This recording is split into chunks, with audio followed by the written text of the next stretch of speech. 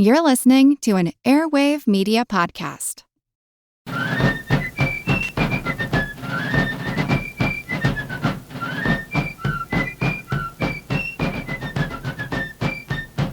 Hello, and thank you for joining the American Revolution. Today, episode 24, Stamp Act Repeal and the Declaratory Act. Before word of colonial resistance to the Stamp Act even made it back to London, King George removed Prime Minister Grenville from office. The change in leadership had nothing to do with the colonies. The king never really liked nor trusted Grenville. He gave Grenville the job in the first place because he had not been able to find anyone better to take it. Although Lord Bute had been forced from office, the king still relied on him for advice, and this drove Grenville nuts. It was a major source of tension between him and the king. In 1765, shortly after passage of the Stamp and Quartering Acts, Grenville turned his attention to the Minority Heir to the Crown Act. Now the king had no objection to the law itself. King George had young children. If he died before they reached adulthood, the act permitted the queen or someone else of the king's choosing to act as regent. It was a simple way to prevent any questions about who controlled the government in the event the country ended up with, let's say, a 7-year-old king. Parliament had passed a similar law when George III was still a minor and after the death of his father became the immediate heir to George II. The problem was how the law was passed. Lawmakers fought over whether the king's mother was eligible to select a regent. She was German, she had never been queen, and had never been formally naturalized by Parliament, so the House of Lords removed her from the eligibility list. There is some evidence that Grenville himself supported the exclusion of the king's mother.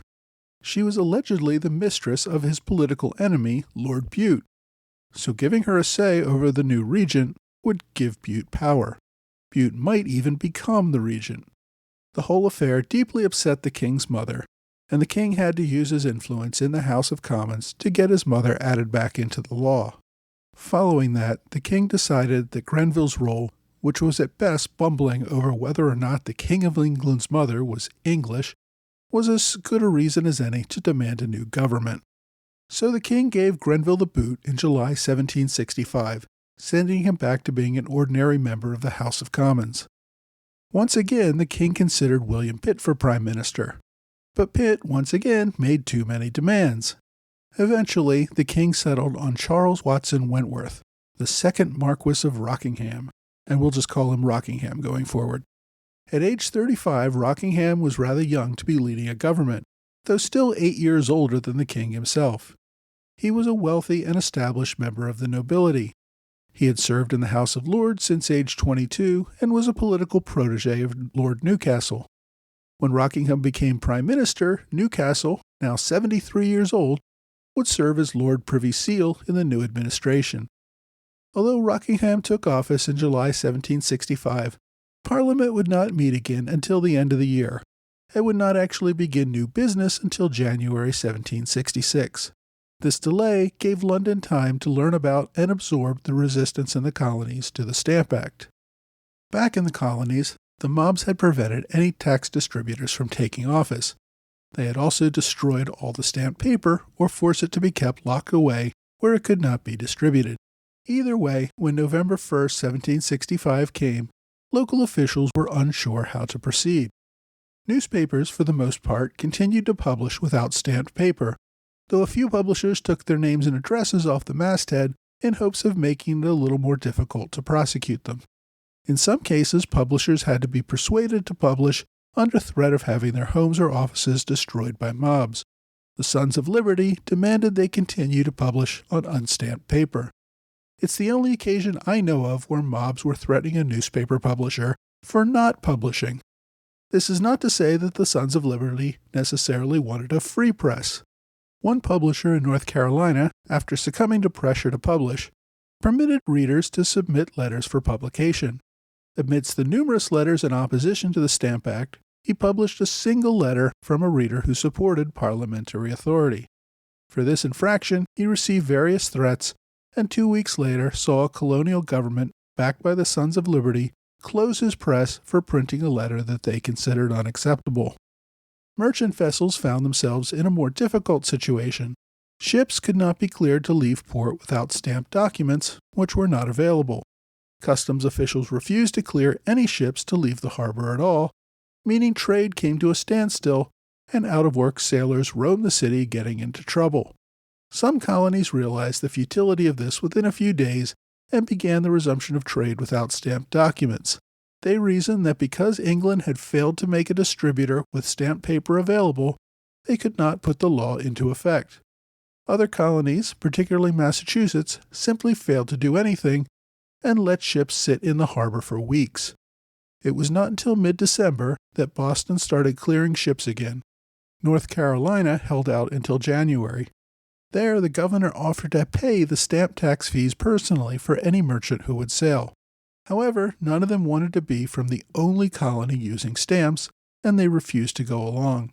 Even after the ports began allowing vessels to leave, the British Navy could still seize the vessels without stamped paper. One zealous naval officer in New York Harbor continued to block as many ships as he could from leaving. Although he could have seized them and taken them back to Halifax for condemnation, he simply forced the ships back into New York Harbor. The Navy did seize some vessels after boarding them at sea or in another English harbor. As a result, merchants did their best to avoid the Navy. They could not sail to England. The stamp tax was being enforced in the English colonies in the Caribbean as well. Initially, merchants were reluctant to sail there. Those ports, desperate for American trade, permitted them to enter and leave without stamped paper. So some trade resumed in the Caribbean. Mostly, though, ships traded with European countries or non-British colonies who could care less about the stamps. That was also illegal, but the chances of getting caught were lower. Now, courts were in an even more difficult situation. Judges appointed by the king were obligated to enforce laws regarding the use of unstamped documents in court. Many courts simply remained closed, refusing to do business. In Massachusetts, mobs demanded that the courts open and do business without the stamped documents. They used the arguments of the Virginia Resolves. The Stamp Act was beyond Parliament's authority and therefore should be considered void. A few courts opened for brief sessions to satisfy the mobs. Some handled older cases that did not require new paper in order to avoid the stamp tax issue, and then quickly closed again. Despite a few token openings, most civil court business came to a halt. The act did not affect criminal courts, so only civil courts were closed. In many cases, this benefited debtors in the colonies. They could not be sued by their creditors, most of whom were English merchants seeking repayment of debts. In a few colonies, courts opened without requiring stamped documents. Judges were risking removal by doing so. But even when the courts opened, lawyers were reluctant to proceed for fear of creating legal challenges that could result in them being sued for malpractice. So even when courts were open, litigation remained limited. Parliament almost immediately felt pressure to repeal the Stamp Act from all sides. The colonial petitions were easy enough to ignore, but others within England raised the same concerns. Newspaper articles appeared all over England from working-class people and merchants complaining about the Stamp Act and its effects. Many at the time, and even some later historians, thought that this was a groundswell of support among the English commoners for the colonies. In fact, the vast majority of these articles were written and sent by one man, Benjamin Franklin, still working in London as a colonial agent. He invented false names and sent articles to newspaper editors all over the country. Franklin's little fraud aside, there were a great many merchants suffering from the loss of trade and the inability of colonists to repay their debts. The truth was that trade without taxes had benefited England greatly. This trade-killing dispute was hurting the English economy, the English merchants, and those who worked for them. Not only were old debts not being paid, colonial merchants were not trading with England at all. No vessels arrived to buy new English goods for the colonies. Some colonies, or more accurately groups within the colonies, began developing non-importation agreements against England, though not nearly as extensive or organized as we will see later. Beyond the political popularity of such agreements, colonial ships did not want to travel to England with unstamped papers and risk the seizure of their vessels. The colonial economy was tanking, and no one had money to buy British imports anyway. The 1764 trade laws had already started an American initiative to become more self-sufficient and make more goods domestically. The anti-British feeling over the Stamp Act only increased this sentiment. This crash in trade was killing the London merchants. They were not selling their goods and were increasingly unable to collect debts in the colonies. Parliament received petitions and letters not only from London merchants, but from manufacturers all over England calling for the repeal of the Stamp Act. These petitions did not care about the rights asserted by the colonists. They simply focused on the fact that the law was destroying their trade and their ability to pay their workers. When the king addressed the opening of the new parliamentary session on December 17, 1765, he requested that Parliament do something about the mess in the colonies, but left it vague as to what ought to be done. Parliament's response was equally vague, promising to, quote, apply utmost diligence and attention to those important occurrences in America, end quote. Rockingham and his ministers viewed the Stamp Act as a mistake. Grenville would have had a much harder time backing down since the act was his idea in the first place. In fact, Grenville proposed a much more militant response to the king's message, stating that Parliament would take necessary measures to preserve the legal dependence of the colonies on England. Parliament rejected his proposal overwhelmingly. By the time Parliament got back to work in January 1766, Rockingham had already decided to repeal the act. He began reaching out to Pitt, who remained the leader of the opposition, to make a deal. Pitt, still annoyed that he was not prime minister himself, refused to cooperate. Pitt and his faction, of course, would support a repeal, but they did not want to look like they were cooperating with the leadership.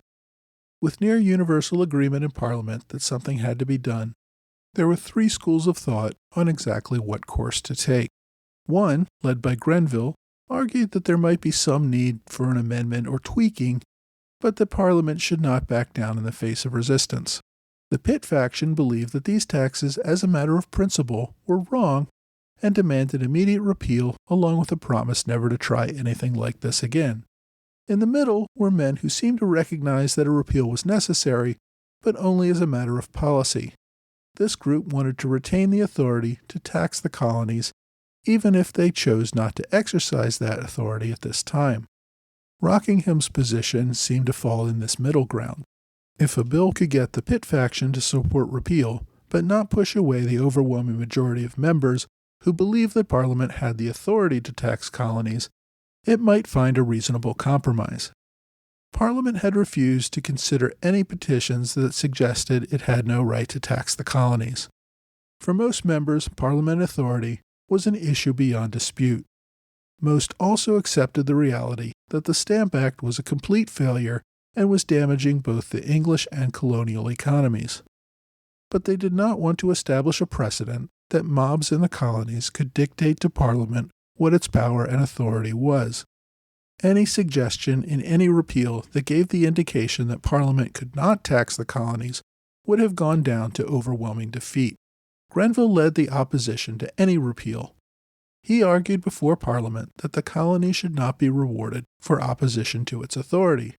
Backing down would only encourage more resistance and mob violence in the future. In response to this, Pitt finally rose to give his famous speech of January 14, 1766, in opposition to the Stamp Act. It praised colonists for standing up for their liberties and condemned the Stamp Act as an attempt to enslave the colonists.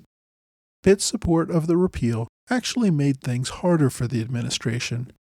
He essentially praised the colonies for refusing to accede to Parliament and called for an immediate and complete repeal. The administration knew that arguing Parliament had no right to levy taxes on the colonies would only cause members to dig in their heels. Rockingham wanted to stick to the much more practical argument that the law was hurting the English economy. As a result, the administration took no action in Parliament for another month, giving Pitt's opponents time to cool down and hear more from their constituents suffering under the current law. On February 3rd, Rockingham attempted to increase support for repeal by introducing the Declaratory Act, which was formerly called the American Colonies Act of 1766. The act simply stated clearly that Parliament had authority to pass laws to bind the colonies, quote, in all cases whatsoever, end quote.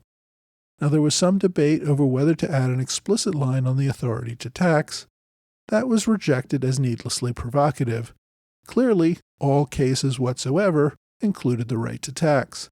At the same time, the Pitt faction tried to get the phrase, "in all cases whatsoever," removed from the bill, and that amendment also failed.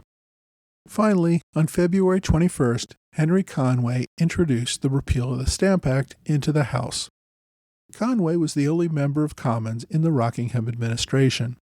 He was a member of the Pitt faction and was serving as Secretary of State for the Southern Department, which was responsible for North American affairs.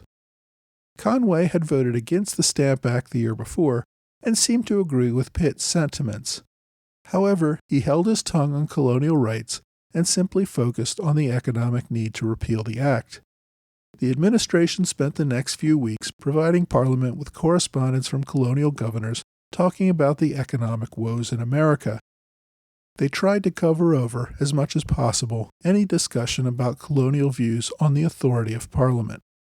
At Rockingham's prompting, several colonial agents in London submitted petitions, again focusing on the economic problems and not mentioning the dispute over the authority to tax. One agent, Benjamin Franklin, appeared before Parliament to answer questions. Franklin testified that the colonists already paid considerable taxes locally and could not be taxed more. He discussed the economic woes in America and argued that this unpopular tax could never be enforced, even if Parliament elected to send a standing army to enforce it. He further argued that Parliament could raise money through external duties, but that the colonists would not accept internal taxes from Parliament. Franklin, of course, knew that the colonists were quite hostile even to external tariffs. His private correspondence paints an understanding of much more radical positions in the colonies.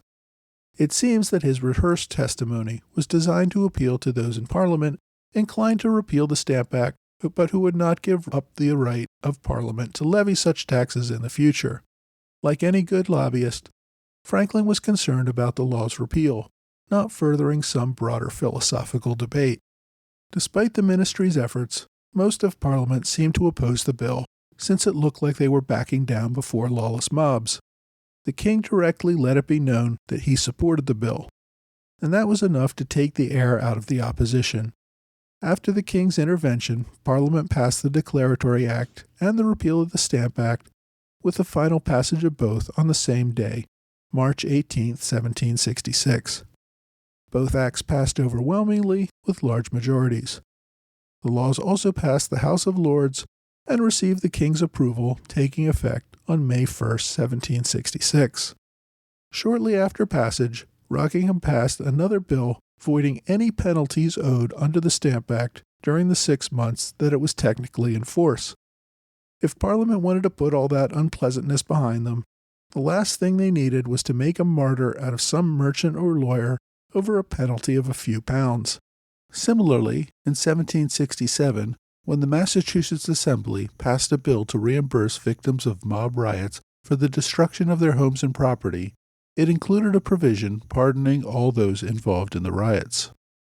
Some in London raised concerns about the pardoning of these criminals, but in the end, the Privy Council let the bill become law without objection. Best to act like the Stamp Act never happened. Repeal of the Stamp Act met with near universal celebration throughout the colonies. Leaving aside concerns over the Declaratory Act, which we'll talk about a little more next week, everyone seemed overjoyed at the news from London. Cities held parades and festivities not only that year, but celebrated it as an annual event for the next decade. Government officials were also relieved to be free of the tension between instructions from London and angry mobs threatening their homes. The Sons of Liberty, feeling empowered, became a permanent fixture throughout the colonies. They would continue to organize and coordinate against future threats to their freedom. Now, Grenville may have lost his fight over repeal, but he was absolutely right that the colonists took this repeal as evidence of weakness. Colonists were much more willing to push back against unpopular legislation from Parliament, including continued opposition to the trade restrictions and duties. Next week, we'll see that things get better for a while, but tensions between Britain and her colonies remain.